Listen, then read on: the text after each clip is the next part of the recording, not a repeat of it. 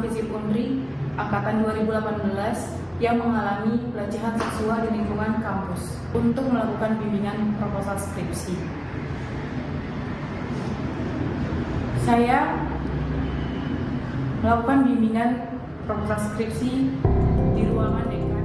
Pengakuan ini sontak menyentak publik. Kami tak bisa menayangkan secara utuh pengakuan korban karena mengandung unsur pelecehan.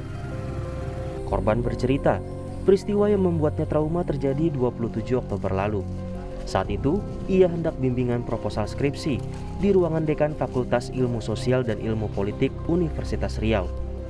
Tak sekadar berkeluh kesah di dunia maya, korban juga melaporkan dugaan pelecehan seksual ke pihak berwajib. Kami mendampingi selaku korban dan terkait tentang bagaimana mengembalikan mental korban itu sudah bersama UPT Perlindungan Perempuan dan Anak sudah disampaikan, dan itu yang terjadi saat ini. Dan hari ini kami melaporkan terkait tentang bagaimana kami mendampingi korban untuk pelaporan kasus pelecehan seksual ini di lingkungan Universitas Riau.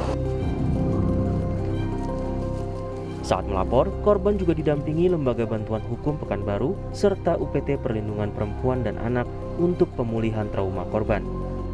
Syafri Harto, Dekan FISIP Universitas Riau sebagai terduga pelaku, membantah tuduhan korban. Saat itu, ia hanya memberikan semangat pada korban terkait permasalahan keluarga yang dialami mahasiswinya. Syafri bahkan mengancam melaporkan balik dan menggugat 10 miliar rupiah kepada mahasiswa serta orang yang terlibat mengunggah video tersebut. Saya merasa dirugikan, kemudian saya ini marwah, nama baik saya tercemar atau bahasa hukumnya pencemaran nama baik, maka saya secara hukum saya akan tutup balik. Kemanapun saya akan tutup balik. Mencuatnya dugaan pelecehan seksual ini memantik beragam reaksi.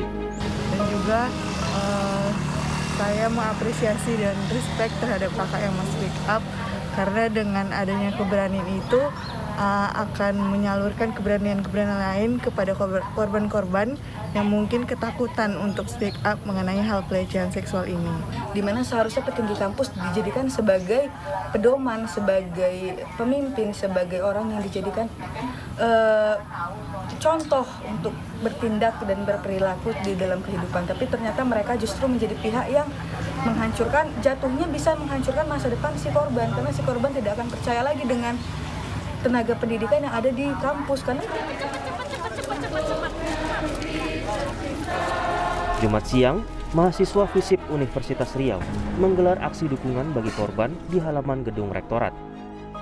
Mereka menyampaikan sejumlah tuntutan, diantaranya meminta terduga pelaku mengakui perbuatannya dan meminta maaf pada korban. Menjawab tuntutan mahasiswa, pihak rektorat menyebut sudah membentuk tim pencari fakta yang independen untuk mengusut permasalahan tersebut. Rektorat juga menjamin tidak ada intimidasi terhadap korban. Akan melakukan investigasi kepada pihak-pihak atau para pihak yang terkait daripada apa yang terjadi itu. Dan kami akan menjamin, tadi sudah bilang sama adik-adik ini, kami menjamin atas keselamatan korban. Tadi udah bilang ya, oke, kami akan jaga, dan secara akademik tidak ada yang melakukan kriminalisasi atau intimidasi. Laporan korban sudah diterima Polresta Pekanbaru dan tengah dilakukan penyelidikan. Tak cuma ancaman pidana, sesuai Peraturan Menteri Pendidikan Kebudayaan Riset dan Teknologi Nomor 30 Tahun 2021. Mahasiswa, dosen, atau pejabat kampus yang terindikasi melakukan kekerasan seksual terancam pemecatan. Tim Liputan Kompas TV.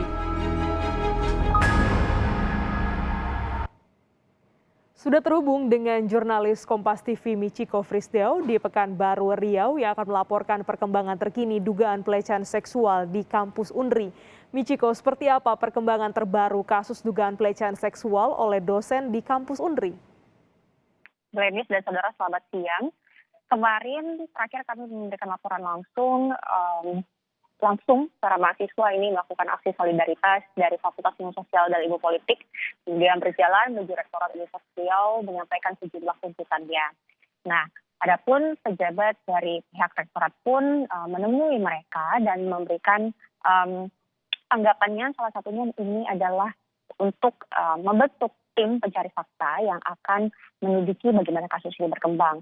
Dan diketahui juga pihak korban sudah melapor ke pihak kepolisian setempat dan mendapatkan bantuan hukum dari LBH Pekanbaru dan juga sejumlah pihak lainnya. Adapun terduga yang dosen yang melakukan pelecehan ini juga melakukan klarifikasi. Menurutnya pada saat itu beliau hanya ingin memberikan semangat kepada mahasiswi yang melakukan bimbingan proposal dan kemudian menceritakan masalah keluarganya, sehingga dosen tersebut beranggapan memberikan semangat kepada mahasiswi tersebut. Namun beliau merasa kaget karena dianggap telah melakukan pelecehan seksual, dan juga beliau diketahui sudah melapor balik dan menuntut mahasiswa dan sejumlah pihak yang terlibat dalam penyebaran video tersebut. Gladys. Iya, Rektorat juga menyebutkan sudah membentuk tim pencari fakta untuk mengusut dugaan pelecehan. Siapa saja anggotanya dan berapa lama waktu mereka untuk mencari kebenaran kasus ini, Michiko?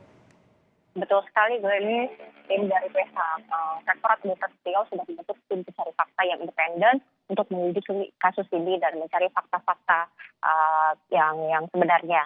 Nah, jika terbukti bersalah, pihaknya, maksud kami adalah Rektorat, juga akan menerapkan peraturan Menteri Pendidikan Kebudayaan ini nomor 30 tahun 2021. Dan Rektorat disebutkan juga menjamin tidak ada akan melakukan kriminalisasi, apalagi intimidasi terhadap korban.